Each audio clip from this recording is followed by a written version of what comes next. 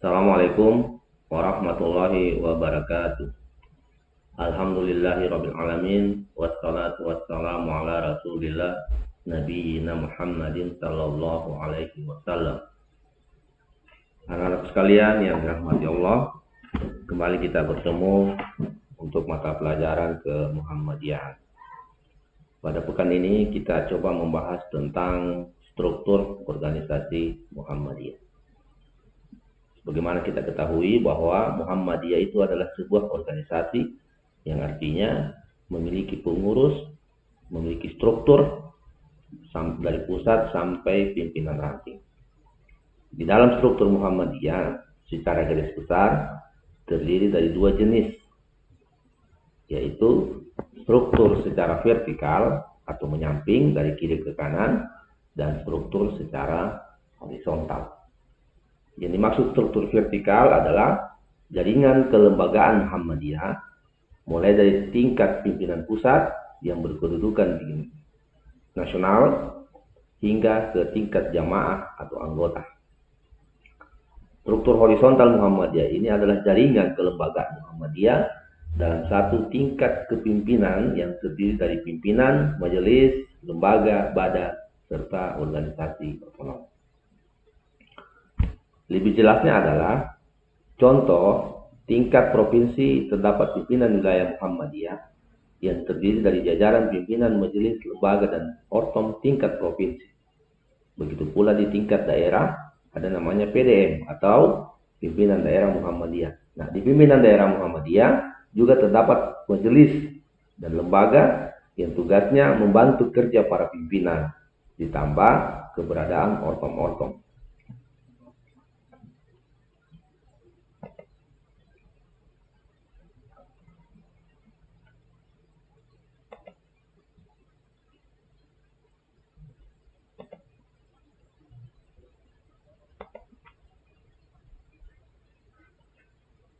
Demikian pula tingkat pimpinan cabang dan ranting atau pimpinan ranting Muhammadiyah atau PRM, sikat dengan PRM.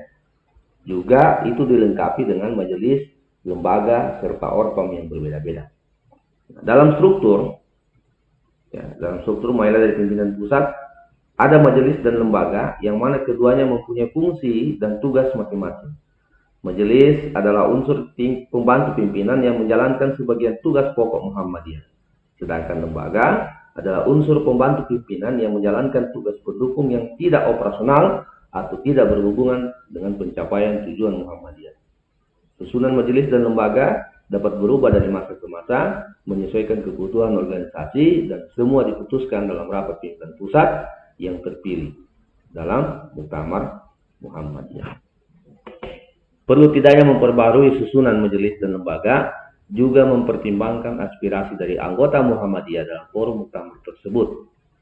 Untuk setiap level pimpinan, keberadaan majelis dan lembaga bisa berbeda-beda, tergantung dari kebutuhan masing-masing wilayah atau daerah, cabang, serta ranting.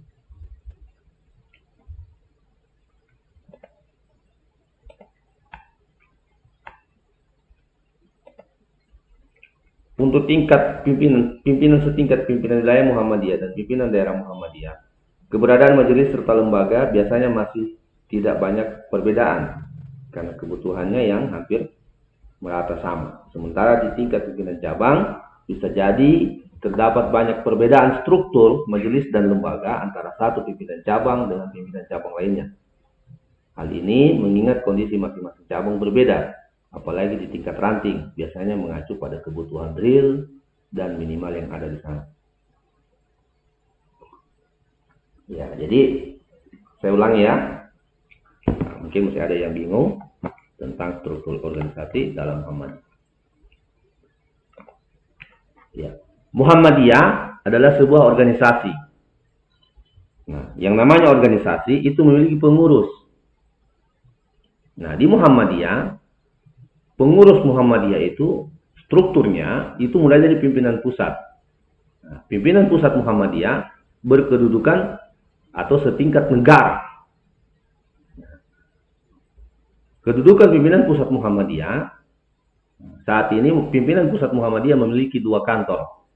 Pertama berkantor di Jakarta, berkantor di ibu kota negara, dan satu lagi berkantor di Yogyakarta. Kenapa ada dua pimpinan pusat? Ya, karena memang sejarahnya Muhammadiyah itu didirikan di Yogyakarta.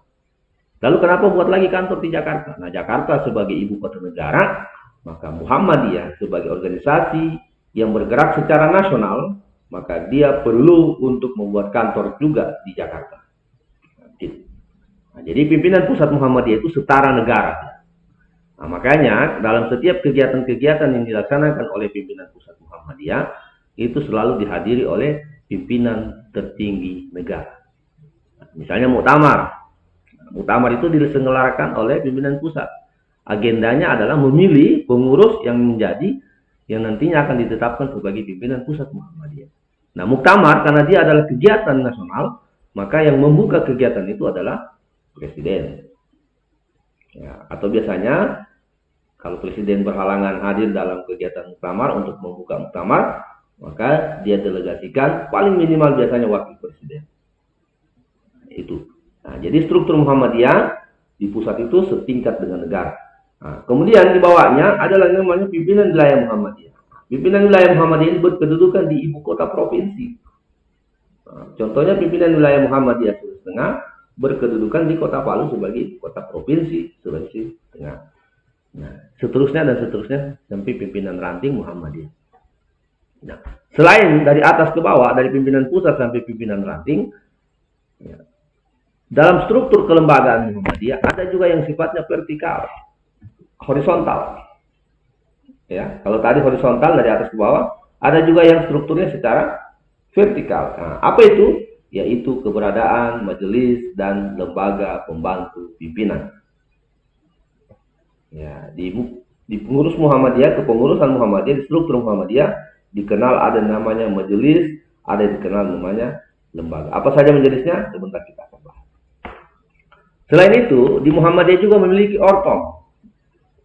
Ortom singkatan dari organisasi otonom. Apa yang dimaksud dengan organisasi otonom? Otonom artinya diberikan kebebasan untuk mengatur organisasinya secara mandiri. Nah, jadi organisasi otonom artinya organisasi yang berada di bawah bendera Muhammadiyah yang diberikan kewenangan untuk mengatur organisasinya.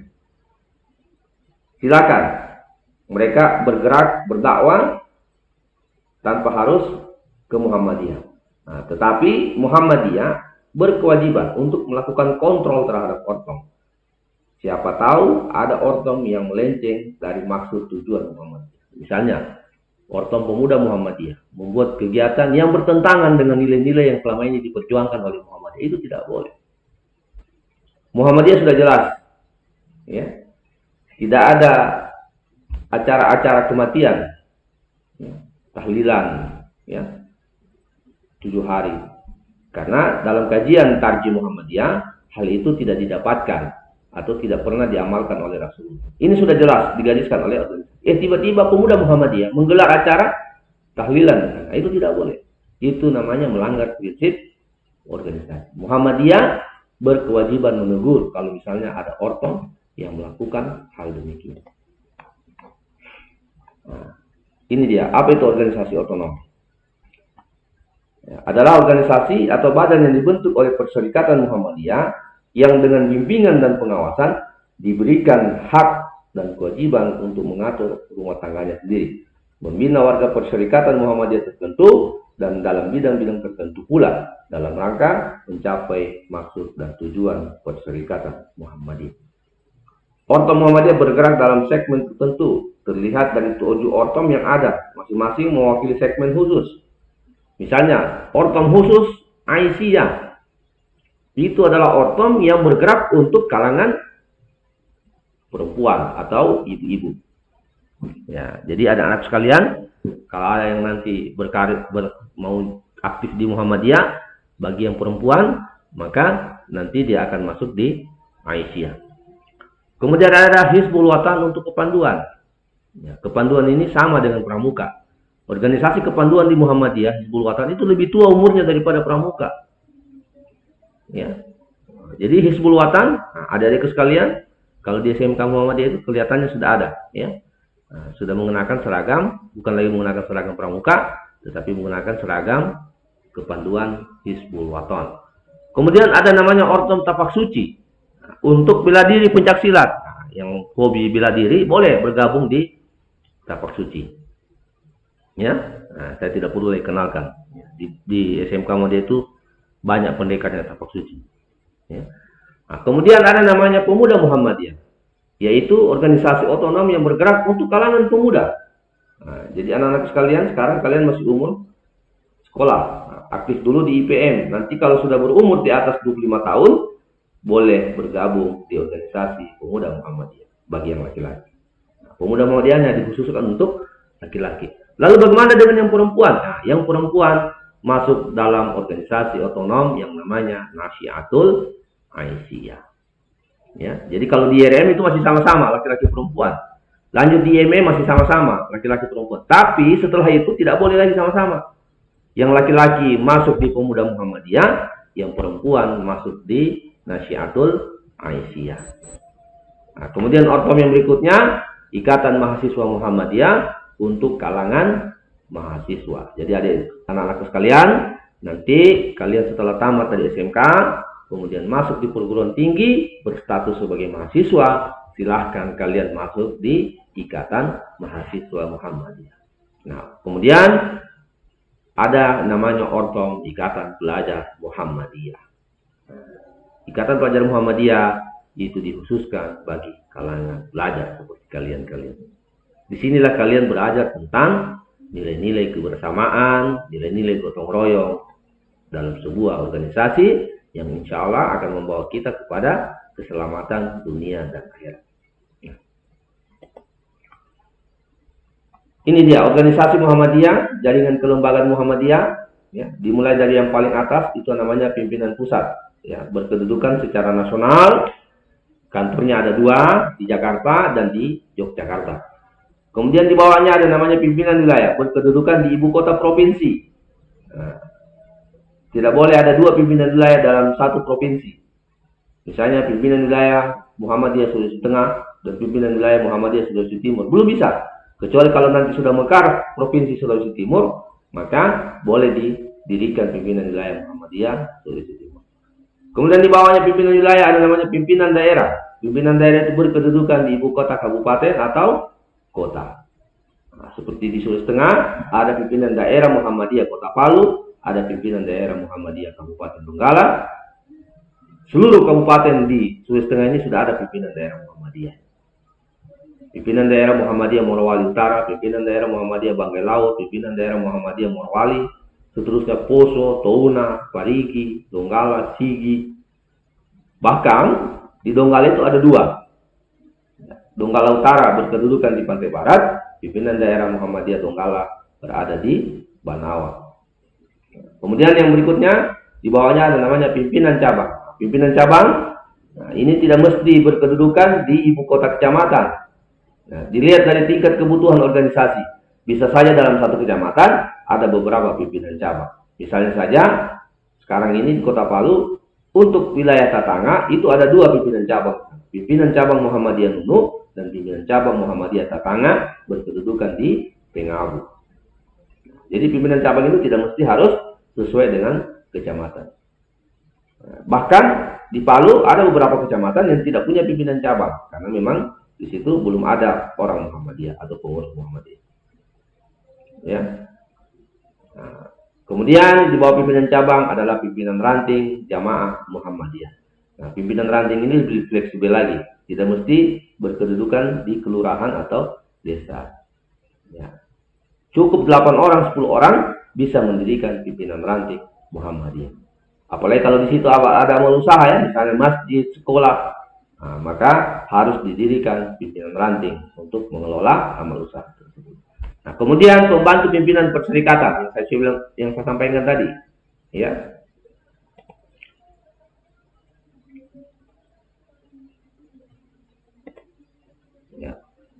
Majelis, ada namanya Majelis Tarjih dan Tajdid.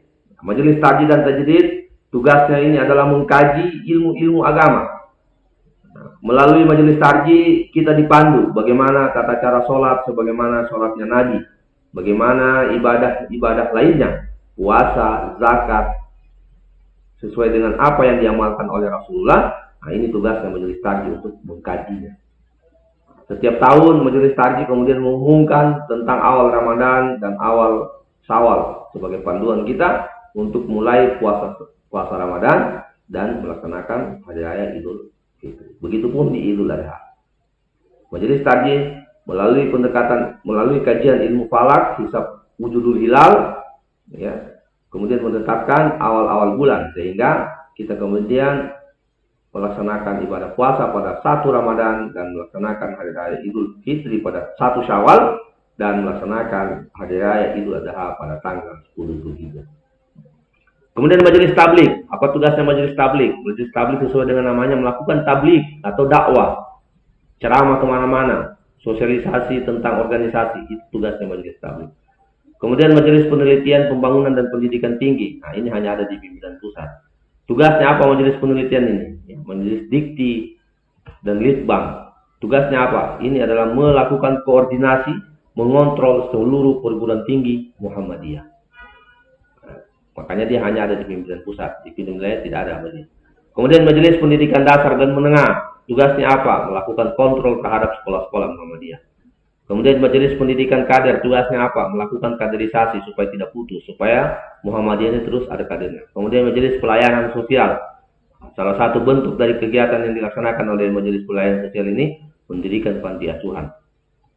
Kemudian majelis ekonomi dan kewirausahaan.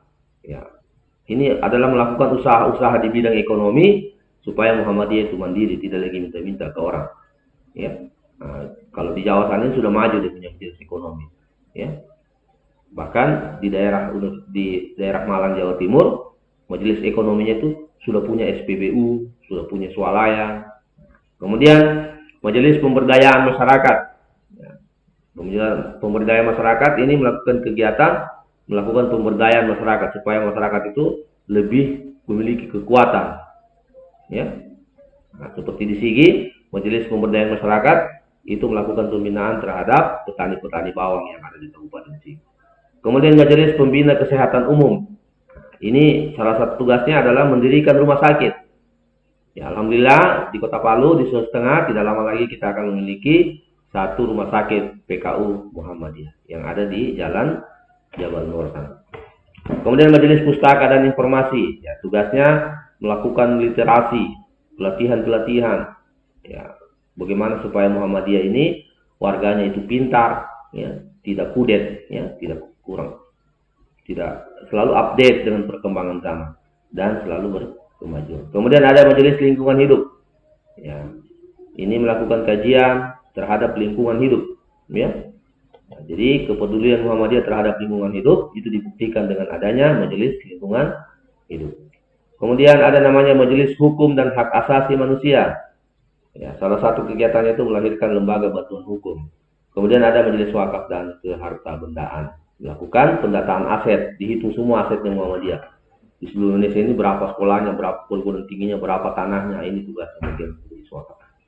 Selain itu ada namanya lembaga pengembangan cabang dan ranting. Tugasnya adalah bagaimana berpikir supaya cabang-cabang dan ranting Muhammadiyah ini bisa hidup dan berkembang. Kemudian lembaga pembina dan pengawasan keuangan.